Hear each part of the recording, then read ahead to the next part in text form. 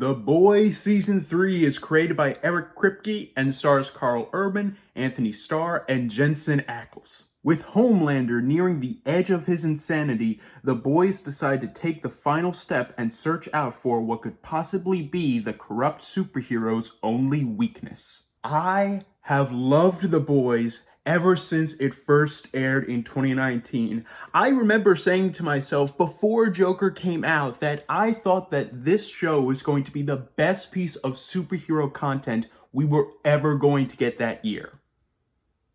Yeah, I know that came out first. I still stand by what I said. And then season 2 happened in early 2020, and it was all the insanity that I loved about the first season, ramped up to 11. True, it did have a few too many melodramatic moments for my taste, but I didn't care. Insanity is insanity, and I love me some good insanity. And following that logic, season 3 of The Boys is by far the most insane season this show has done up to this point. So obviously, I love this season. This might be my favorite season of The Boys yet, and it has cemented it as probably one of my favorite shows of all time. By far, the combination that is the best part of this show, apart from the writing, which we will get into as a bit, is the characters and the acting.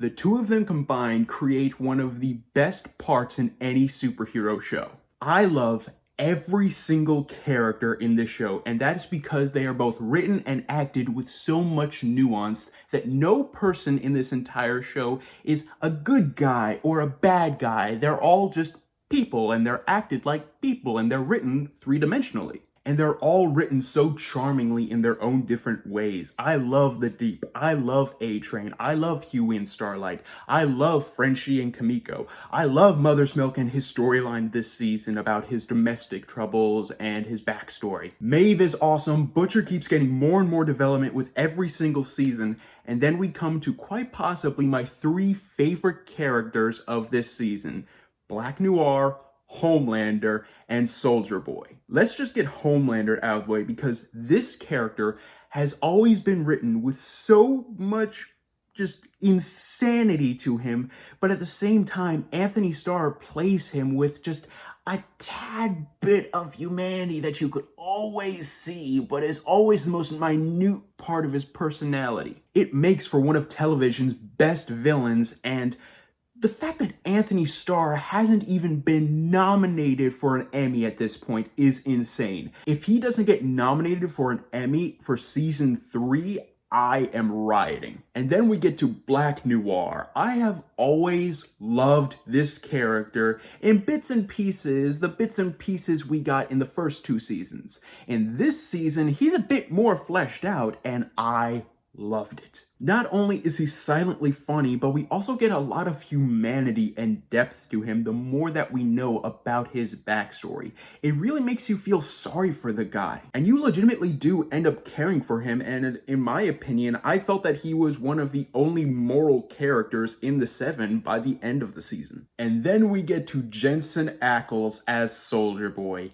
Now, in my opinion, Supernatural has always been one of my favorite shows ever since I first saw it, and I've always connected Jensen Ackles with the character of Dean Winchester.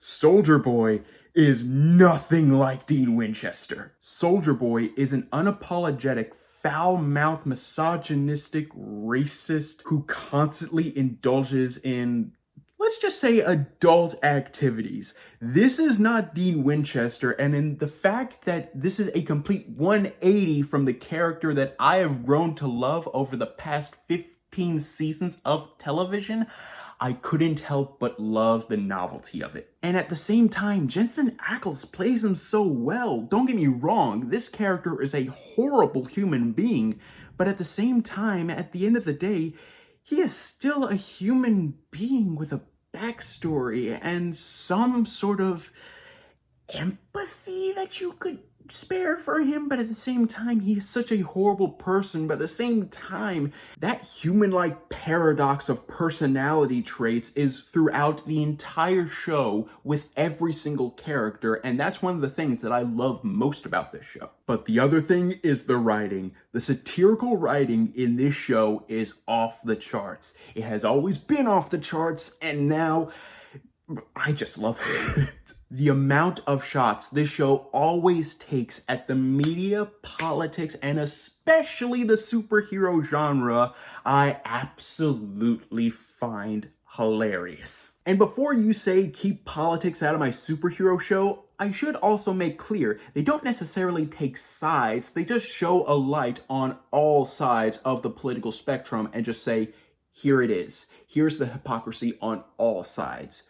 This is reality. This is not choosing sides. This is just showing what is. And apart from the satire, the twists and turns this season takes with its characters, with its storylines, oh my god, I was like surprised almost every single episode multiple times. And along with that, the music from both a score and soundtrack perspective is awesome, and especially, in my opinion, the most surprising part of this season, the action. The action in this season is really freaking good. The Boys has never relied on action sequences. It's always relied on its characters to further the story. This is the first season where they introduce a whole bunch of action set pieces, and they do it really well. They're not grand action sequences spanning across an entire city. They more or less keep to one room in one building, but at the same time, that also keeps the show down to earth so that we connect with the characters more than if they were a million miles away just shooting laser beams at each other. And the wire work and the effects and the stunts in these sequences, this is like the real first time The Boys has introduced legit action in its season, and it pulled it off amazingly on the first go. Now with that said, I wouldn't say the season is 100% flawless. Apart from a couple decisions that they make with a few characters, the big problem that I have with the season is just the structure of it. This is an ensemble TV show, so you're going to shed light on all of the different characters and multiple different storylines spanning across the season. I get it. The part that drags for me is when some storylines are worse than others. And there is no storyline more uninteresting to me in this season than the storyline with Frenchie and the Russians. Now, don't get me wrong. I love Frenchie, but this storyline was just so boring and bland. It always brought the show to a halt. And at the end of the season, it feels like it didn't really matter. The story didn't feel like it amounted to anything except for Kamiko doing a 180 on her character and then doing a reverse. But again, that is the biggest problem I have with this entire season as a whole.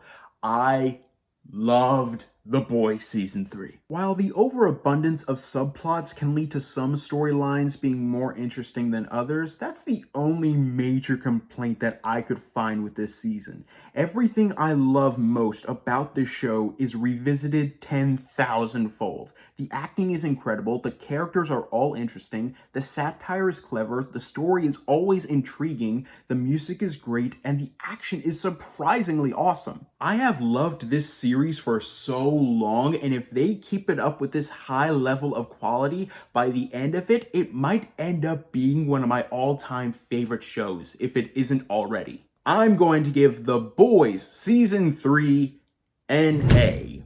Well guys, thank you so much for watching, and let me know in the comments down below, if you could have a superpower, what would it be? For me, I know that everyone says flight, but it gives you an excuse to wear a cape, so I'm gonna choose flight. Shut up! Thank you guys so much for watching, you guys are the best, and don't forget to click subscribe and click the bell icon down below to stay up to date on all things movie, all things TV, all things nerd.